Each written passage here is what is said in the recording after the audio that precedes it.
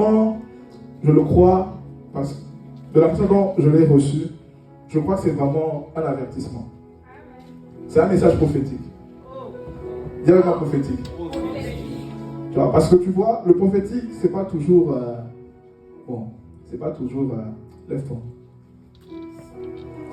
C'est pas toujours... Ton nom, c'est de Dieu. Je crois dans mon esprit. Tu parles à Lupiter. C'est vrai, non? Ah! Dis avance, prophète.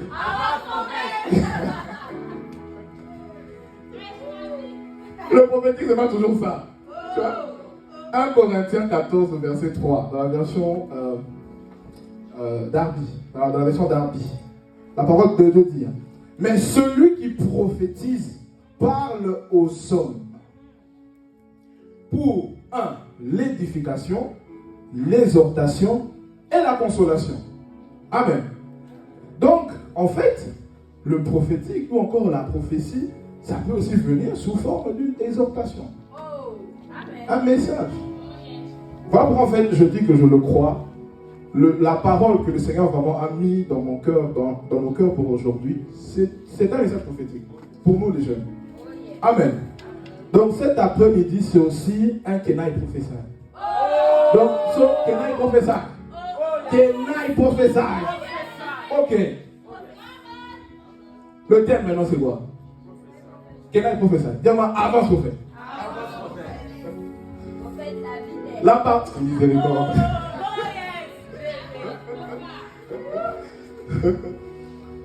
Du coup, le message là prophétique, c'est quoi?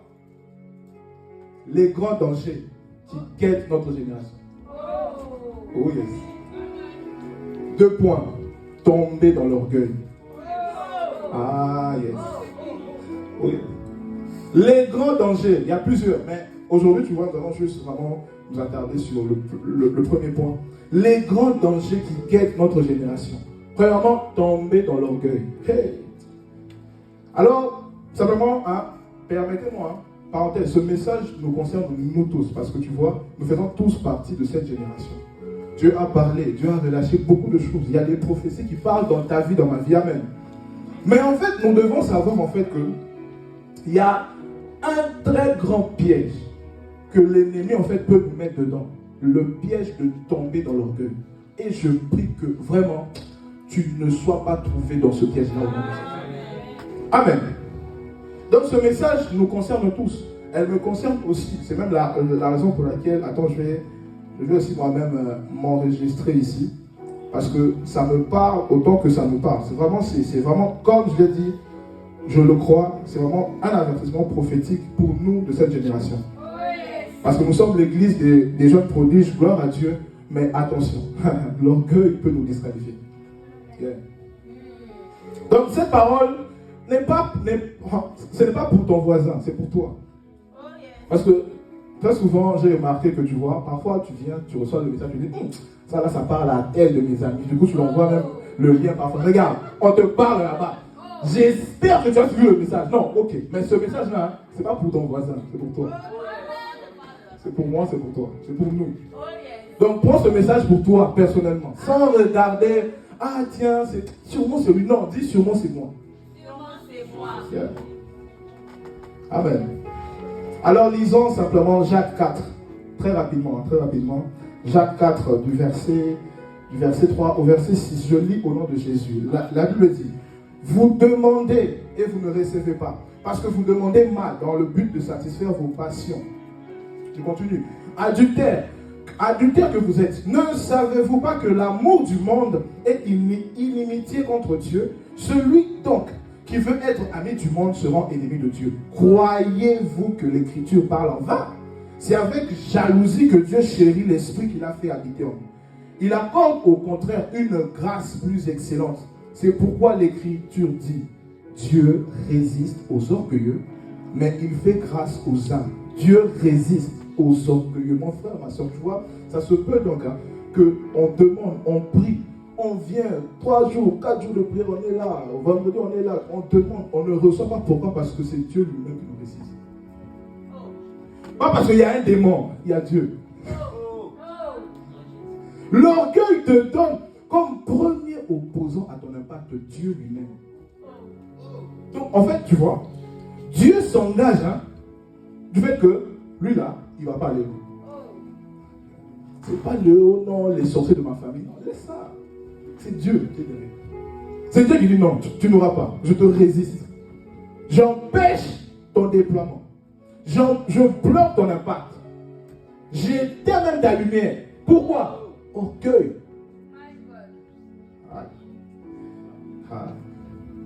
Dieu lui-même devient, tu vois, adversaire opposé à ton élévation.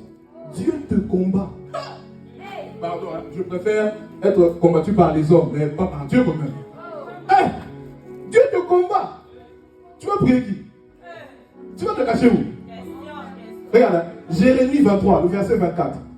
Là, il me dit quoi? Quelqu'un se tiendra-t-il dans un lieu caché sans que je le voie? Ça, c'est Dieu. Ton ennemi, si tu es orgueilleux, qui dit, ok, tu vas aller te cacher où? Regarde bien. Quelqu'un se tiendra-t-il dans un lieu caché sans que je le voie? Ça, c'est ton ennemi, Dieu lui-même, qui te demande à toi qui es orgueilleux. Ok. Tu iras où? Tu vas faire quoi? Habakkuk 4, le verset 13. Nulle créature n'est cachée devant lui. Nulle. Tu ne peux même pas te cacher. L'orgueil fait en sorte que c'est Dieu lui-même qui te combat. Tu pries au nom de Jésus. Dieu lui-même il dit ok, je refuse. Non mais c'est clair, hein? Jacques 4. Dieu résiste. Et tu vois, combat les hommes, combat les dominations, mais Dieu, tu ne vas pas gagner. Je t'assure, tu ne vas pas gagner. Crois-moi, tu ne vas pas gagner. Amen. Hébreux 4, 13. Nulle créature n'est cachée devant lui. Parenthèse, hein. Même là où tu penses que tu es seul là, Dieu te voit. Dieu a mis caméra là où tu te caches. Ouais. Non, Dieu, non. Oh my God. Alors, rapidement, c'est quoi du coup, tu vois, pour comprendre l'orgueil, permettez-moi de parler un peu de l'humilité. Alors, c'est quoi l'humilité? L'humilité, premièrement, tu vois, ce n'est pas le reniement de ce que l'on est. Ou encore de ce qu'on a. Non, c'est pas, tu vois, par exemple, tu es médecin, et puis, ouais, je suis humble. Non, je ne suis pas docteur. Non, dis ce que tu es. C'est pas ça, être humble. Tu vois? Par exemple, là et tout, s'il y a, mettons, un cas, quelqu'un qui tombe et qui est malade et tout, et qu'on cherche un médecin, l'humilité, ce n'est pas dire, non, pardon, moi, non, je ne veux pas qu'on me voie. Non! Ça, tu vois, ça là, c'est la fausse humilité. Et la fausse humilité, c'est une forme de désobéissance parfois. Parce que par fausse humilité, tu peux même refuser de faire ce que Dieu attend de toi. Parce que ouais, tu vois, ouais, mais je sais chanter, ouais, mais en fait, non. L'humilité, tu vois, ce n'est pas le reniement de ce qu'on est. Non. Encore moins de ce que l'on a. Non. Tu as un don. Ouais, rends grâce à Dieu. Non, je sais. Rends grâce à Dieu. Amen.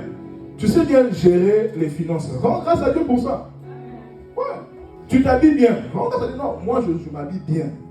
Dieu m'a donné ce don-là. Je ne réunis pas ça. Tu as les moyens. Tu as l'argent. C'est pas ouais, non.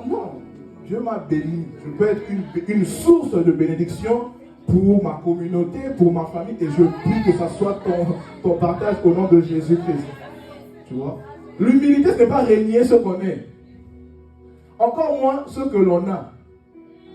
Tu vois? L'orgueil, donc, note ça. L'orgueil, c'est simplement, pour essayer de comprendre, l'orgueil, c'est simplement l'état de celui qui ne reconnaît plus la place de Dieu dans ce qu'il a ou encore dans ce qu'il est. C'est ça l'orgueil. L'orgueil, c'est quand tu ne reconnais plus, ok, j'ai les moyens, mais je ne reconnais plus la place de Dieu. Je pense que, ouais, mes moyens me suffisent. Voilà. C'est ça l'orgueil. L'orgueil commence quand tu ne reconnais plus la place de Dieu dans tout ce que tu as ou encore dans tout ce que tu es. Regardons très rapidement l'histoire de la désobéissance par orgueil aussi d'un roi qu'on appelait Saoul. Le roi Saoul, dans 1 Samuel 15. Nous allons commencer à partir du verset 10 au verset 17 pour ceux qui voudront méditer. Mais nous allons lire simplement le verset 10 et peut-être le verset 17 aussi. Le verset 10 et 11 dit: L'Éternel adressa la parole à Saoul et lui dit, oh, regardez, c'est très grave. Hein. Le verset 11, ça c'est Dieu qui parle. Dieu dit: je me répands d'avoir établi Saoul pour moi. Dieu dit: je me répands. Je regrette d'avoir établi Saoul pour roi. Pourquoi? Regardez, hein. Car il se détourne de moi, tu vois, il ne reconnaît plus ma place. Il n'observe point mes paroles. Mon frère, Dieu se répand. Dieu peut se répandre de t'avoir donné un don. Dieu peut se répandre de t'avoir donné une position. Il se répand et dit: j'ai commis une bêtise. C'est une erreur. Je me répands. Je n'aurais pas dû. Dieu peut se répandre de t'avoir donné un travail. Tu vois? Dieu peut se repentir. Depuis qu'il travaille, il n'est plus avec moi. Il n'est plus là avec moi. Il ne me reconnaît plus. Il n'est plus attaché à moi. J'ai donné une bénédiction, le travail. Mais je me répands. Parce qu'en fait, tu vois, l'orgueil est entré en lui. Et il ne reconnaît plus ma place. Mon frère, je prie vraiment que l'orgueil ne soit pas trouvé en nom de Jésus. Et le verset 17, tu vois, pour aller vite, Samuel dit: lorsque tu étais, ça maintenant tu vois, c'est Samuel qui est du coup parti voir Saoul. Et Samuel dit à Saoul: Saoul, lorsque tu étais petit à tes yeux, oh, lorsque tu étais encore petit à tes yeux, tu vois, l'orgueil, hein, ça fait en sorte que tu ne te considères même plus petit à tes yeux. Ça c'est Saoul, hein. C'est Samuel qui dit, hein, ah, lorsque toi tu étais encore petit, lorsqu'on pouvait encore te blâmer, te réprimander, sans que tu dises: ouais, mais moi quand même, moi, me parler comme ça à moi, lorsque tu étais encore petit à tes yeux, lorsque tu étais encore timide, on te dit: viens prier. Ouais, non, je veux aller. Ouais. Tu étais là et tout. Mais viens prier, tu refusais, tu étais là. Ah, ouais, bon. D'accord, alors. Depuis que tu as prié 4, 7 ou 8 fois, les gens disent que tu es moins, tu n'es plus petit à tes yeux. Lorsque tu étais petit à tes yeux, et qu'on pouvait te dire: non, je n'irai pas là-bas.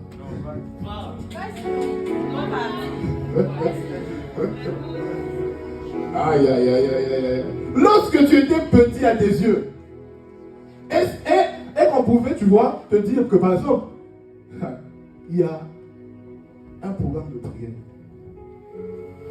Sois là, bah non, je travaille trop. Me rassembler avec ces gens-là quand même. Dieu comprend. Dieu comprend. Aïe, aïe, aïe. Lorsque tu étais petit à tes yeux, lorsque on ne t'appelait pas encore berger, respo. Lorsqu'on ne t'appelait pas encore prophète. Lorsqu'on ne t'appelait pas encore loin de l'Éternel. Lorsque tu étais encore petit à tes yeux. Mon frère, peu importe, ma soeur, l'élévation, considère-toi toujours petit à tes yeux. Toujours. Toujours. Oui, les gens peuvent t'acclamer. C'est tout, non, tu vois, c'est bien. Mais toi, dans ton cœur, considère-toi toujours petit à tes yeux. Toujours. Mieux vaut un esprit patient qu'un esprit hautain. Tu vois, ici, en fait, la Bible dit, au commencement, en fait, j'explique un peu. Au commencement, hein, tout le monde peut s'en être bien. Mais c'est à la fin, là. C'est à la fin. Du coup, Dieu dit, hein, vaut mieux voir l'état du cœur de quelqu'un à la fin. Quand il devient quelqu'un, je prie que tu gardes ton cœur dans l'humilité. Parce que nous, on est jeunes. Amen. Nous avons encore en fait l'avenir devant nous. Ce n'est pas derrière nous. Hein? Non, c'est devant. Peu importe l'état de ton gourmand passé, ton avenir c'est encore devant toi. Tu peux encore espérer. Il y a encore de l'espoir en même temps. Quand même. Alors, s'il te plaît, gardons nos cœurs dans l'humilité. Alors, très rapidement, 5 sortes d'orgueil. J'ai repéré 5 sortes d'orgueil. Il y en a sûrement plusieurs, mais j'en ai repéré 5 à cause du temps aujourd'hui. 5 sortes d'orgueil. Premièrement, nous avons l'orgueil de la vie, ou encore l'orgueil des biens matériels. Tu vois? 1 Jean 2,16, la Bible dit: car tout ce qui est dans le monde, la convoitise de la chair, la convoitise des yeux et l'orgueil de la vie. Tu vois, il y a ce qu'on appelle l'orgueil de la vie. Parce que je possède, voilà, j'ai bien, quand même, je suis quand même une autorité. J'ai un gros salaire. L'orgueil de la vie, oh my God. C'est quand tu vois, à cause de tes possessions, bah, tu perds la tête. Tu ne te considères plus petit à tes yeux. Tu vois, ça, c'est l'orgueil de la vie. Je prie que nous sortons de l'orgueil de la vie au nom de Jésus. Rapidement, j'avance à cause du temps. Nous avons l'orgueil, j'ai appelé ça orgueil physique. Tu vois? Orgueil parce que tu te crois beau ou belle.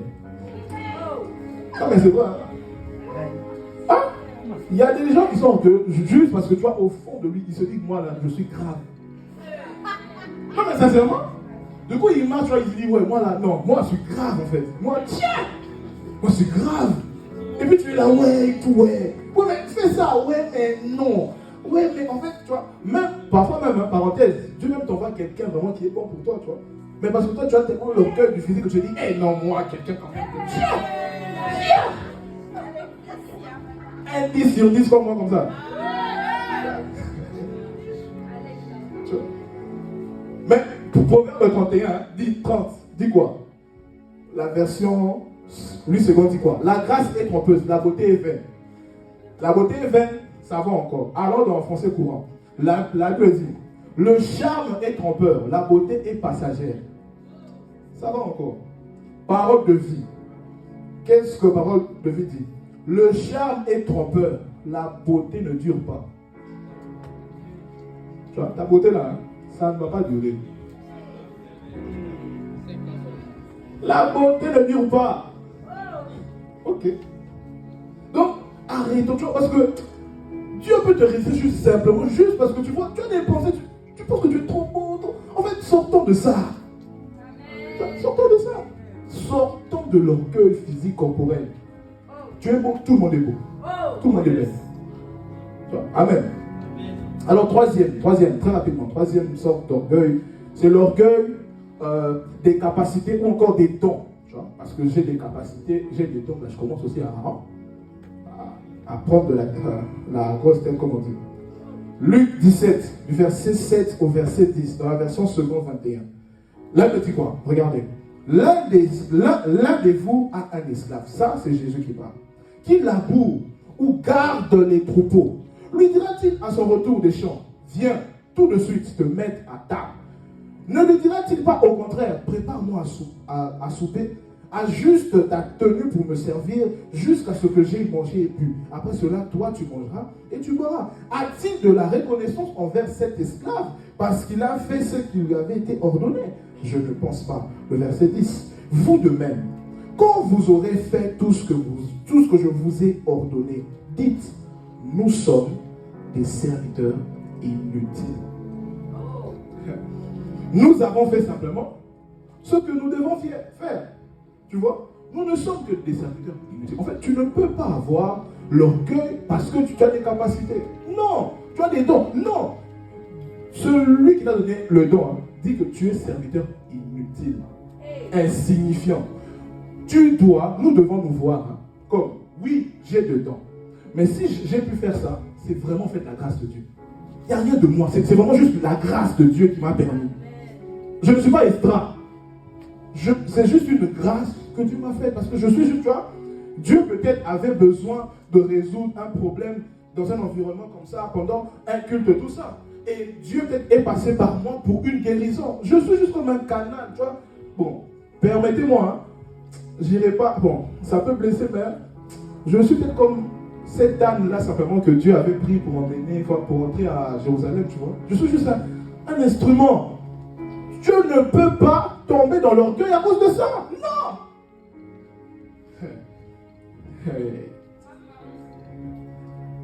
Parenthèse, hein. Dans l'œuvre de Dieu, personne n'est indispensable. Personne. Personne. Ça avait commencé avant nous. Ça va continuer après nous. Du coup, oui, je peux être ultra vraiment l'homme, tu vois, tu marches, là, tout le monde tombe. Tu regardes tout le monde comme ça. Toi là, ton nom, ta connaissance. Toi là-bas, je parle sur ta vie. Je t'annonce même ton futur mariage. Je déclare, c'est bien. Mais ça avait commencé avant toi, ça va continuer après toi. Personne dans l'œuvre de Dieu n'est indispensable. Le problème maintenant, c'est quoi? C'est que nous commençons parfois déjà à tomber dans l'orgueil parce qu'on commence à penser qu'on est indispensable. Accorde-moi la grâce. Accorde-moi la grâce. Accorde-moi la grâce. Ayant la conscience et la connaissance que nous ne sommes pas indispensables pour Dieu. Et si Dieu passe par nous, c'est une grande grâce qu'il nous donne. Yeah. Une énorme grâce. Regardez, hein. Viens avec moi dans 1 Roi, 19, le verset 18, de la version Martin. La Bible dit, hein, ça c'est Dieu qui parlait, tu vois, parce que Élie pensait que c'était lui le seul prophète qui était resté. Il disait, oh Seigneur, tout le monde, regarde, c'est moi, je suis là, Père, ton oint, le roi. Je n'ai pas fléchi les genoux devant Baal. Les autres sont partis. Dieu a dit, hey, calme-toi, Élie. Calme-toi, descends, Élie, descends. Regarde, hein. Lisons. Bon, la régie, ça va venir. 1 Roi 19, le verset 18. Ça, c'est Dieu qui calme Élie, qui dit, mais je laisserai en Israël 7000 hommes, tous ceux qui n'ont point fléchi les genoux devant Baal, et dont la bouche ne l'a point baisé. Tu vois, Dieu disait en fait à Élie que j'ai laissé 7000. Tu vois, il y a 7000 comme toi. 7000 hommes. Toi qui pensais que ouais, je suis. Dieu a dit, hé, descends, calme-toi, Élie, doucement. Il y a 7000. Mon frère, ma soeur, il y a 7000 personnes qui peuvent faire ce que toi tu fais aujourd'hui. 7000. Alors si Dieu te positionne aujourd'hui, c'est une grâce qu'il te donne parmi 7000 personnes. Alors, le cœur, c'est pas d'être orgueilleux à cause de ça. Non, mais c'est de rendre plutôt grâce parce que Seigneur, tu m'as fait grâce. Tu m'as fait grâce simplement. C'est juste une grâce. Il y avait 7000. Comme moi. D'autres même mieux que moi. Qui parlaient mieux. Qui s'exprimaient mieux. Qui priaient même plus peut-être. Voilà. Qui avait tout. Les richesses, tout. Très bien. Gloire à Dieu. Mais tu m'as choisi moi parmi 7000. Mon frère, ma soeur, jeune prodige. Ne nous considérons jamais indispensables. Voyons ça plutôt comme Dieu nous donne une grâce. Il nous fait une grâce. C'est une grâce qu'il nous donne. De le servir, d'être là. C'est une grâce. Il y a 7000 autres. 7000. Aïe, aïe, aïe, aïe, aïe. Que Dieu nous accorde vraiment la grâce d'être humble. Le quatrième, oh mon Dieu. Le quatrième, c'est l'orgueil de la haute spiritualité. J'appelle ça l'orgueil de la haute spiritualité, tu vois. Yeah. L'orgueil, tu vois, parce que moi là, non, moi je suis trop loin. Moi je suis trop spirituel, mon Dieu. Regardons, hein, Matthieu 4, le verset, Matthieu 4, 2, du verset 2 au verset 3. Et regardons, hein, la Bible dit, après avoir jeûné 40 jours, Jésus est allé jeûner 40 jours et 40 nuits. Et lui faim. Le verset 3. Le tentateur s'étant approché lui dit, si tu es fils de Dieu, ordonne que ces pierres deviennent des pains. Donc regardons. Jésus a jeûné 40 jours et 40 nuits. Il est là, dans la haute spiritualité. Il rencontre Satan. Et Satan le parle. Mon frère, ma soeur, quand tu deviens parfois très spirituel, le problème c'est que tu rencontres Satan. Ouais. Il te parle. Il te donne des pensées te poussant à démontrer. C'est ça qu'il a dit, tu vois, si tu es, démontre. Du coup, parfois tu fais une retraite personnelle. Tu rencontres Satan qui t'a tellement parlé, ouais, je vais maintenant démontrer. Ok. Ok. Tu as rencontré Satan. Tu as prier, hein? Tu allais prier 40 jours. Tu as rencontré Satan. Et le problème, c'est quoi? Il t'a eu. Il t'a eu. Ah, il t'a eu. Jésus, après un long temps de jeûne et prière, mon frère, pas les 3 jours ou les 5 jours qu'on fait, 40. Donc, le gars, peut-être, je pense que, tu vois, il était là, il sentait même des choses. Il voyait, je vois, j'entends. Il a rencontré Satan. Tu vois, le défi, c'est quoi? C'est que parfois, nous rencontrons ça, mais on n'arrive pas parfois à décerner que nous venons de rencontrer. Comment ils viennent? Par des voix. Et ces voix te poussent à démontrer. Tu vois? La plupart, certaines grandes décisions que nous recevons après des longs temps de jeûne ou encore de haute spiritualité, c'est parfois des décisions qui viennent d'une voix venant de l'ennemi. Pour nourrir en nous l'orgueil. Ouais, mais tu vois, tu as prié, tu es moi. Fais ça aussi, non? Toi aussi. Montre que tu es moi quand même. Que Dieu nous aide. Amen. Quand Dieu commence à nous résister, on ne se rend même pas compte que c'est Dieu qui est derrière ça. Que c'est Dieu qui a dit, ouais, lui là en fait, non, lui là il est trop orgueilleux. Je dois un peu l'aider. Dieu, non, toi tu fais rien. Tu viens, rencontre un pastoral, on prie Dieu, on impose des manières, gloire à Dieu, mais c'est Dieu qui est derrière ça. Qui dit non, qui descend encore un peu, qui descend encore un peu. Il te résiste. Je prie que nous ne soyons pas une génération égyptée orgueilleuse. Où on pense qu'on est trop. Non. Que Dieu nous accorde la grâce de marcher dans l'humilité. Plus que jamais, c'est la saison de l'humilité, mon frère. C'est la saison d'être humble. Eh, l'équipe de la Côte d'Ivoire, à la CAN, ils avaient commencé avec beaucoup de. Hein? Ils avaient commencé avec beaucoup d'audace. Nous là, nous sommes là, quoi, tu vois. Ils ont eu leur 4-0, c'est ça, non? 4-1, 4-0. Et puis ils ont dit non, là c'est la case de l'humilité. L'humilité les a emmenés, juste l'humilité va t'emmener au sommet. Yeah. L'humilité. Pas l'orgueil. Amen. Aïe aïe aïe. En fait, l'orgueil de la haute spiritualité, tu vois, c'est très subtil. Alors, le conseil c'est quoi? Romains 12, le verset 3, la Bible dit. Romains 12, le verset 3. Par la grâce qui m'a été ordonnée, ça c'est Paul qui parle, je dis à chacun de vous, de n'avoir pas de lui-même une trop haute opinion. Ouais. Ne n'aie pas de toi-même une trop haute opinion. Mais au contraire, revêtir, mais de revêtir des sentiments modestes. Tu vois? L'orgueil même parfois peut l'être, tu vois. Tu as prié pendant 3 heures. Non, moi là j'ai prié pendant 3 heures aujourd'hui. Du coup tu marches, même tu te dis non. Moi là non, moi c'est un nom de prière, non, moi c'est toi. Why? C'est une grâce que tu as fait. L'efficacité d'une prière, c'est pas le temps qu'on fait.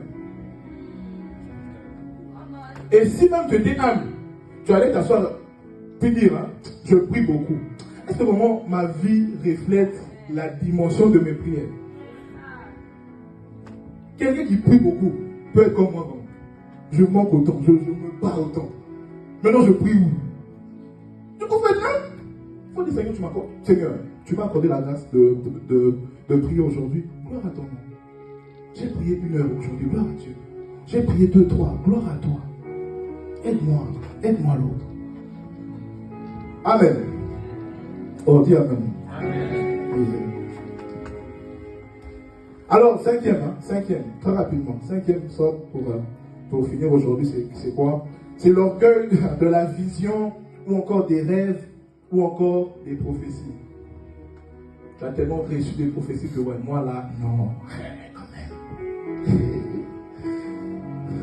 Dieu t'a dit que tu es le prochain apôtre, le grand DG, tout ça, et puis, parce que Dieu t'a dit ça, tu penses que ta place n'est plus à la sécurité du culte.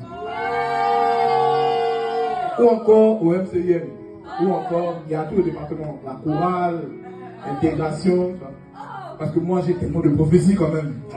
Moi tu m'as dit des choses quand même, tu vois. C'est pas en conformité avec mon appel quand même. Tu vois, j'ai un appel, tu vois, quand même. On te dit, prends la chaise, aide-la. Ouais, mais tu quand même. Dieu m'a parlé, mais nous ne savons pas parfois, tu vois, comme dans Acte 13, verset 2, tu vois, le Saint-Esprit dit, hein, pendant que Barnabas et Saul, qu'est-ce qu'ils faisaient? Pendant qu'ils servaient. C'est pendant qu'ils servaient que le Saint-Esprit a dit, mettez-moi à part. C'est pendant qu'ils servaient que le Saint-Esprit a dit, ok, maintenant là, vous entrez dans le couloir de votre destinée. Pendant qu'ils faisaient quoi? Ils servaient. Amen. En fait, tu vois, la prophétie, une prophétie, c'est très bien. Quand tu reçois une prophétie, ne t'emballe pas trop vite. Va plutôt devant Dieu, dis à Dieu, Seigneur, quelle est cette obéissance-là que je dois activer pour voir ça? Oh yes. Ouais. Parce que tu vois, la prophétie, hein, c'est ce que tu peux devenir. C'est un potentiel. Si et seulement si tu obéis. Amen. Donc, ne dis pas, ouais, Seigneur, tu as parlé, oh, monsieur Joseph. Tu vois, monsieur Joseph, tu as parlé, oui, mais dis plutôt, hein, Seigneur, ça va se faire comment? Quelle est cette coupe-là que je dois boire? Quelle est cette obéissance-là qui est attachée à cette lourde, tu vois, cette lourde parole prophétique que tu as relâchée sur moi? Qu'est-ce que tu attends de moi? Et peut-être, tu vois, Dieu par là pourra dire, ok, j'attends de toi cette saison à être trouvé fidèle à la sécurité. Oh yes, Amen. Amen. Le défi, c'est quoi? C'est que, tu vois, les voies de Dieu sont insondables. On peut penser que, ok, moi je vais être du coup, je dois être dans un département qui va, non, fais confiance. En fait, tu vois, cherche Dieu pour savoir, Seigneur, quelle est l'obéissance que je dois activer? Yeah. L'orgueil de la vision, les rêves, les prophètes, tu vois, Dieu te montre tellement des choses sur toi, c'est très bien. Parfois, Dieu le permet pour t'encourager, en fait. Tu vois, peut-être que tu passes par des moments compliqués et Dieu veut un peu t'aider, te booster, t'encourager. Il te donne une prophétie sur ce que tu peux devenir. Du coup, ça t'aide. Mais ça doit t'aider en fait à continuer à obéir. Et non à te dire, ouais, moi là c'est bon. Tu as parlé. Tu vois, je ne suis pas, hein, quand même. Je suis quand même, tu vois, quand même. Non, mon frère. Dieu nous aime tellement. Qui croit que Dieu est amour? Mais son amour ne va pas l'empêcher de nous résister si on est orgueilleux. Tu vois, l'orgueil te fait ressembler à Lucifer. Et Dieu sait hein, ce que l'orgueil là a pu créer. Aujourd'hui, nous sommes là, nous combattons Satan. Dieu ne veut pas créer un autre Satan. Du coup, il dit non. Là, non. Pas deux fois quand même. Là, je vais résister. Je vais résister. Juste, il va descendre. Je vais résister. Et je veux que Dieu résiste encore. Pour que l'humilité soit enfantée en nous.